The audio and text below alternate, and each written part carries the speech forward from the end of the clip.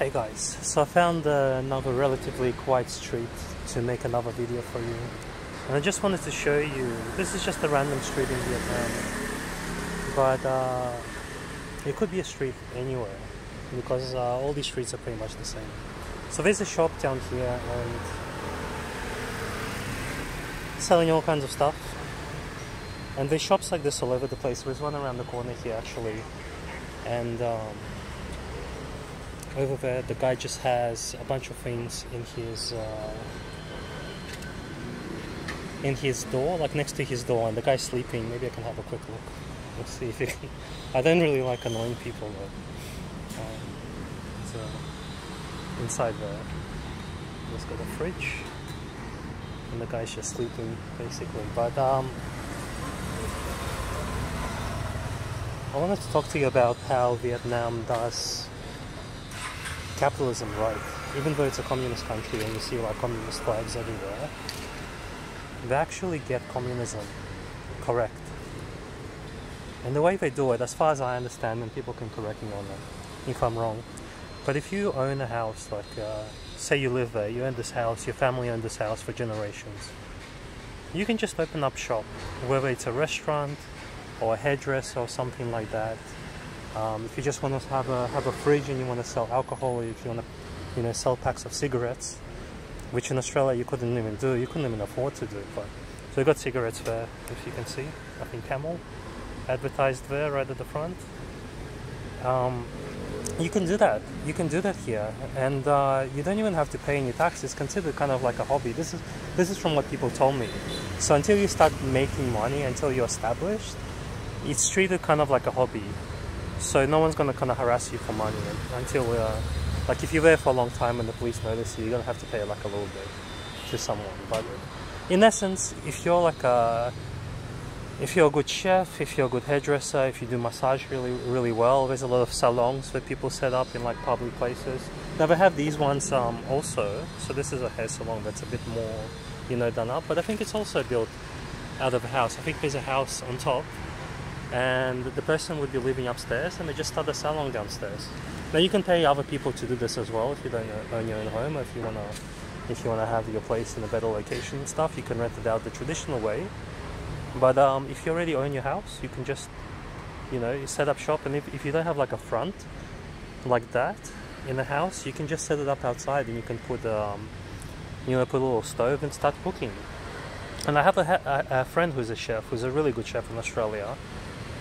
He's got a family, and he would love to do something like that. He would love to just buy a stove and start cooking outside and making money for himself. But because of the way the laws in the so-called capitalist Australia are set up, because of all the regulations and all this bullshit, the people that really make money, first of all, the people that own the places that are deemed allowable to have restaurants in, which are limited because there's only a certain amount of licenses, and let alone pubs, which there's even less licenses for. So if you want to serve alcohol, that's a whole other ordeal. Those people make the most money because they just sit on the butt and rent the property out to other people.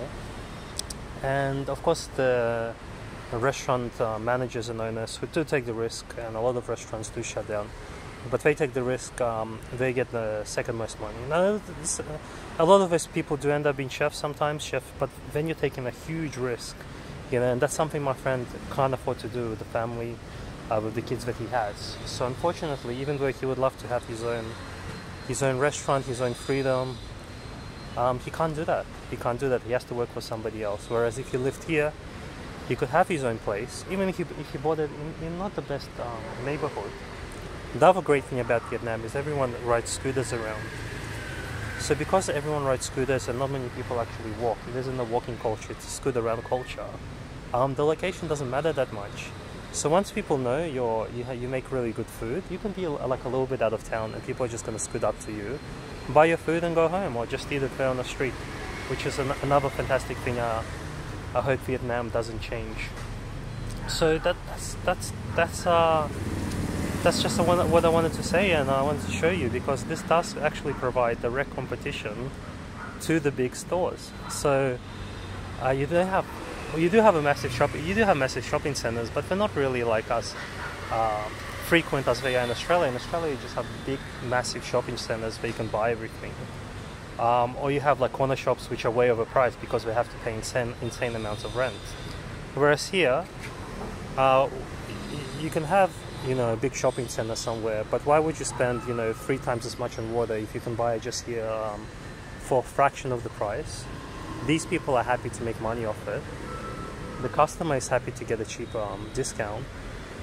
The big shopping centers who have a lot of money, they have to compete now, so they have to lower their prices as well. So you find that even the big shopping centers or the corner stores here end up having to figure out how to keep the prices low too, to keep the prices competitive. Even when maybe sometimes they're a little bit higher than the local places, but often they are competitive or about the same. And the other awesome thing is that a lot of these places I see, maybe not this one, this is a more established kind of like corner shop sort of thing. Like you see these in Australia as well, or at least you used to see them. Now a lot of them are shutting down. But the people that actually bought the property ages ago in Australia, that had their own place and a long time ago and had the licenses, they've kept those licenses. When Australia maybe was a little more free, but you don't see those anymore. But because now it's a massive ordeal, and those places can't sell cigarettes, those places can't sell alcohol, those places can't sell, you know, like lottery tickets or anything. You need a license for all of that, you gotta pay the government for all of that kind of thing, and like jump through all these hoops. But especially the elderly people won't be able to do. But elderly people can, in fact, just open up the front of a house and just sell drinks or something like that, or cigarettes. And they can just hang out, watch TV, and then every once in a while they'll make a little bit of money, and maybe they'll have a conversation with somebody. They're part of the community, right? So that's amazing to see here as well. Like it gives all people basically something to do.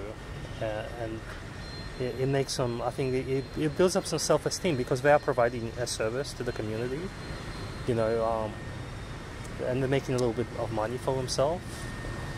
I think it's great, and yeah, they're looking after themselves. So this is how capitalism should be done. This is how we should be doing it. And it's just, again, ironic that in a communist society, there's way more capitalism, as far as I can see anyway. Now, under the surface, it could be totally different. Maybe if you want to establish a big business, it's totally different. But definitely for an individual that doesn't have a huge amount of money, who just wants to run his own business, open up their own salon, you know, has a skill, I think Vietnam is way better than Western countries. Alright guys, that's all I wanted to say. Thank you and all the best. Let's head back, walk around. We'll go past this guy's place quickly. See, he's got cigarettes. Oh, it's a woman. I don't like to go up to people too much like that, but just have a sneak peek in there, as you can see. So maybe you can even buy something, or maybe I'll go and buy a drink. I'm gonna go back and buy a drink. Alright guys, all the best.